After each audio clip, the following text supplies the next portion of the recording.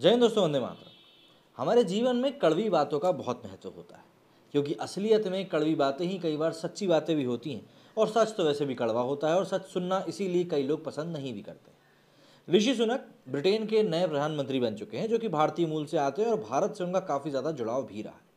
लेकिन क्या होता है, कई बार जो चीज़ हमें जैसी दिख रही होती है वैसी हमेशा होती नहीं है। यहाँ पर ऐसा नहीं है कि इस पॉजिटिव माहौल में मैं कोई नेगेटिव बात कर रहा हूँ, लेकिन जो पॉसिबिलिटीज़ हैं, जो रियलिटी है, उसको तो देखना पड़ेगा ही। अभी हर तरफ खुशी का माहौल है, ऐसा लग रहा है इंडिया में तो कि जैसे कोई इंडिया का ही बंदा ब्रिटेन का प्रधानमंत्री बन गया, मतलब कि वो इंडिया के ही लिए काम करेगा। लेकिन आपको ये बात समझनी चाहिए कि वो ब्रिटेन के बने, जिन सांसदों ने उनको वोट दिया है वो ब्रिटेन के हैं। तो ऐसे में उनको वहाँ के हिसाब से काम करना पड़ेगा, ना कि भारत के हिसाब से। कई लोग ये भी सोच रहे हैं कि अब भारत को हर चीज़ में फेवर मिलेगा, लेकिन मैं आपको बता दूं कि अमेरिका की उपराष्ट्रपति, मैं उसका नाम भूल रहा हूँ, वो भी जब उपराष्ट्रपति बनी थी तब भी सबने यही कहा था कि देखो कि कमला हैरिस भारत का बहुत करेगी और ये करेगी वो करेगी, और आज की डेट में आप देख लीजिए भारत को वो पूछती भी नहीं है। तो यहाँ पर ऋषि सुनक के बारे में भी हम लोग कुछ ऐसी बातें करने वाले हैं आज, जो जानकर आपको भी लगेगा कि कहीं ये कुछ मतलब गांव बसने के पहले ही लुटेरे आ गए वाली बात तो नहीं हो रही है। ब्रिटेन के इतिहास में पहली बार कोई भारतीय मूल का व्यक्ति प्रधानमंत्री बना है। ऋषि सुनक की ये उपलब्धि भारतीयों के लिए गर्व की बात हो सकती है, मगर क्या भारत के लिए फायदेमंद होगी, इसकी उम्मीद थोड़ी कम है। दरअसल अंतर्राष्ट्रीय संबंधों को जांचने पर रखने की सबसे बड़ी कसौटी इकोनॉमिक रिलेशंस माने जाते हैं। इस लिहाज से अभी भारत की कंडीशन ब्रिटेन से थोड़ी बेहतर मानी जा सकती है। पूर्व ब्रिटिश पीएम बोरिस जॉनसन ने 2021 की भारत यात्रा के दौरान आर्थिक रिश्ते बेहतर करने की कवायद भी शुरू कर दी थी। दोनों देशों के बीच फ्री ट्रेड एग्रीमेंट, निवेश बढ़ाने जैसे कदम ब्रेग्जिट के बाद ब्रिटेन के लिए ज़्यादा ज़रूरी है। बोरिस जॉनसन की कैबिनेट में विदेश मंत्री रही लिज ट्रस जब खुद पीएम बनी तो उनकी नीतियां भी भारत के साथ संबंध मजबूत करने की थी। मगर बोरिस जॉनसन या लिज ट्रस की तुलना की जाए तो ऋषि सुनक भारत में सरकारी नीतियों के ज़्यादा बड़े आलोचक रहे हैं। अब पीएम बनने के बाद ऋषि सुनक भी भारत से आर्थिक रणनीतिक रिश्ते तो बिगाड़ना चाहेंगे नहीं, मगर ब्रिटेन में अपनी लोकप्रियता बढ़ाने के लिए वो अपने बयानों और कदमों में भारत के प्रति तलखी दिखाने से भी पीछे नहीं हटेंगे। इसका सबसे बड़ा एग्जाम्पल ऋषि सुनक की कैबिनेट में सुएला ब्रावरमैन की बतौर गृह मंत्री वापसी। सुएला के पिता गोवा मूल के और मां तमिल मूल की हैं, मगर वे अपने ब्रिटेन में इमिग्रेंट्स की बढ़ती संख्या के खिलाफ मुखर रही हैं। वे यहाँ तक कह चुकी हैं कि भारतीय ही सबसे ज़्यादा वीज़ा नियम तोड़ते हैं। फ्री ट्रेड एग्रीमेंट में भी ब्रिटेन में इमिग्रेंट्स की तादाद बढ़ेगी। अगर हम बात करें ऋषि सुनक की ताजपोशी से भारत ब्रिटेन के संबंधों में आखिर क्या असर पड़ेगा, तो और समझने की बात मिलेगी। देखिए, दोनों देशों को एक दूसरे से रिश्ते बनाए रखने की ज़रूरत क्यों है, ये भी समझने की बहुत ज़रूरत है। सबसे पहली बात तो ये कि भारत और ब्रिटेन के बीच होने वाले व्यापार की बात की जाए तो इसमें भारत का हिस्सा ज़्यादा है। हम ब्रिटेन से आयात कम करते हैं और उसे गुड्स एंड सर्विसेज का निर्यात ज़्यादा करते हैं। दोनों देशों के बीच परस्पर निवेश की बात करें तो भी भारत का पलड़ा भारी है। ऐसे में ब्रिटेन के लिए भारत से रिश्ते बिगाड़ना ज़्यादा नुकसानदेह हो सकता है।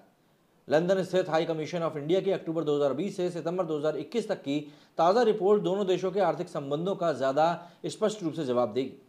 सीधे सीधे तौर पर अगर हम बात करें तो करीब 2 लाख करोड़ रुपए का कुल द्विपक्षीय व्यापार है ब्रिटेन से। वहीं 1.31 लाख करोड़ रुपए का कुल निर्यात हमने ब्रिटेन से किया। तो इसमें यहाँ पर हम लोग टोटली आगे चल रहे हैं। वहीं अगर हम बात करें तो हमने जो आयत किया है वो मात्र 73,000 का है, 73,000 करोड़ का। तो यहाँ पर जो डेफिसिट आ रहा है, जो एक अंतर आ रहा है, वो करीब करीब 70,000 करोड़ का ही है। इसके अलावा ब्रिटेन के 99 प्रोजेक्ट्स में हमारा निवेश है, मतलब 850 कंपनियां यूके में हैं। तो इसमें भी आप समझ सकते हैं कि भारत कितना बड़ा सहभागी है वहाँ पर। इसी के अलावा 65,000 कंपनियां यूके में बसे भारतीय वहाँ चलाते हैं।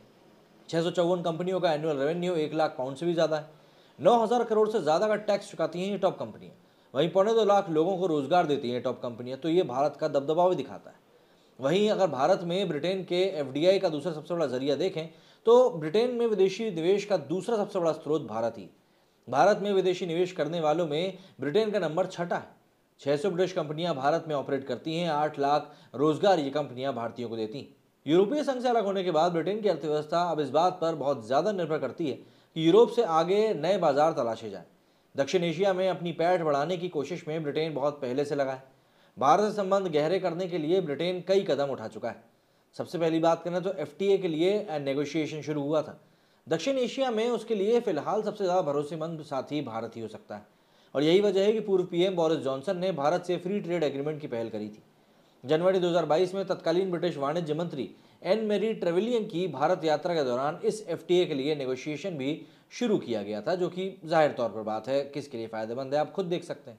भारत में रिन्यूएबल एनर्जी बनाने में ब्रिटेन का करीब 650 करोड़ का निवेश है। मतलब 2021 में ब्रिटेन के ग्लासगो में आयोजित COP26 की बैठक में भारतीय प्रधानमंत्री नरेंद्र मोदी और तत्कालीन ब्रिटिश पीएम बोरिस जॉनसन ने अलग बैठक करी थी। इस बैठक के बाद जारी संयुक्त बयान में दोनों देशों ने one sun one world one grid नीति की घोषणा की थी। इसी दौरान ब्रिटेन ने भारत में रिन्यूएबल एनर्जी को बढ़ावा देने के लिए 70 मिलियन पाउंड मतलब करीब 650 करोड़ रुपए का निवेश की घोषणा करी थी। वहीं 2011-12 में ब्रिटेन में भारतीय छात्रों की संख्या करीब 29,900 थी, जो कि 2013-14 में 25% घटकर 22,385 रह गई। मगर इसके बाद से ब्रिटेन ने भारतीय छात्रों की संख्या बढ़ाने के लिए कई कदम उठाए। भारत ब्रिटेन में विदेशी छात्रों का दूसरा सबसे बड़ा स्रोत है, तो इसमें समझिए कि इसमें कैसे ईयर दर ईयर संख्या बढ़ी। अगर हम लोग बात करें फर्स्ट ईयर में भारतीय छात्रों की 2015-16 से लेकर 2020-21 तक, तो ये 14,830 से बढ़कर 52,000 तक बढ़ चुकी। ये आंकड़े जारी करने वाली लंदन स्थित हाई कमीशन ऑफ इंडिया के मुताबिक 2021-22 में ब्रिटेन में भारतीय छात्रों की संख्या और भी ज्यादा होने की उम्मीद है। भारत और ब्रिटेन बहुत पहले से G20 और UN जैसे रणनीतिक प्लेटफॉर्म पर एक साथ दिखे हैं। वैश्विक राजनीति में अपना प्रभाव कायम करने के लिए भारत को अब इस समर्थन की और जरूरत पड़ सकती है। भारत को इंडो पैसिफिक क्षेत्र में चीन के दबदबे को चुनौती देने के लिए भी ब्रिटेन की जरूरत है। ब्रिटेन के पास क्षेत्र में ओमान, सिंगापुर, बहरीन और केन्या के अलावा हिंद महासागर ब्रिटिश टेरिटरीज में नेवल फोर्सेज भी मौजूद हैं। इसके साथ ही भारत अपने फार्म, फिशरीज और एग्रीकल्चर प्रोडक्ट्स के लिए ब्रिटेन का बाजार भी चाहता है।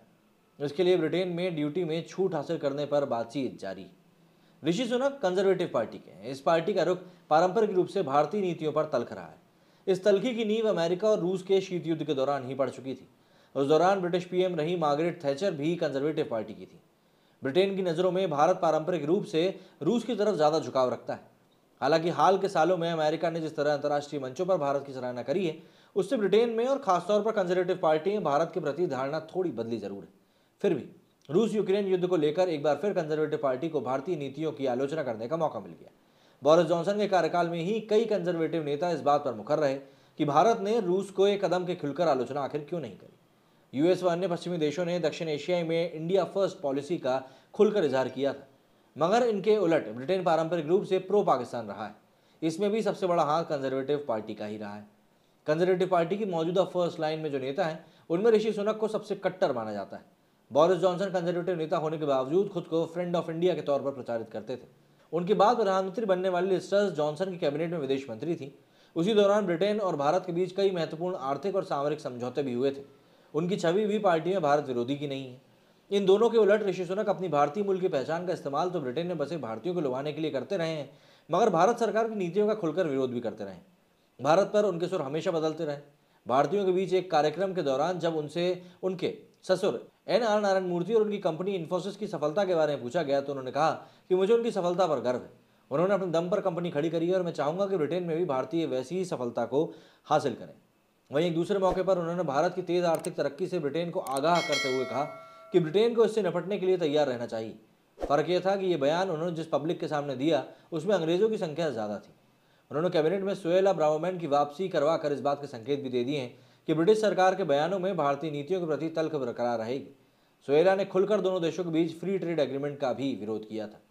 ब्रिटेन में बसे भारतीयों का रुझान पारंपरिक रूप से लेबर पार्टी की तरफ रहा है, मगर अब वहाँ भी कंजर्वेटिव्स ने भारतीयों के बीच पैठ बढ़ाई। यहाँ 16 लाख भारतीय बसते हैं, जो एक बड़ा वोट बैंक है।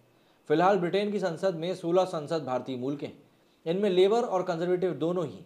दरअसल लेबर पार्टी का झुकाव वामपंथ की तरफ ज़्यादा माना जाता है। इस वजह से भारत में भाजपा की सरकार बनने के बाद लेबर पार्टी में विरोध ज़्यादा बढ़ गया। ब्रिटेन में 2019 के चुनाव के दौरान यहाँ तक खबरें आईं कि भाजपा ने वहाँ बसे भारतीयों को लेबर पार्टी की बजाय कंजर्वेटिव्स को वोट देने के लिए उकसाया था। प्रचार किया गया था कि लेबर पार्टी एंटी हिंदू है।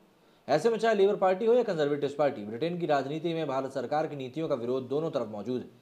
इस अंदरूनी राजनीति में आगे बढ़ते रहने के लिए ऋषि सुनक भी भारत सरकार की नीतियों के विरोध में बयान दें तो बिल्कुल भी हैरान होने वाली बात नहीं है।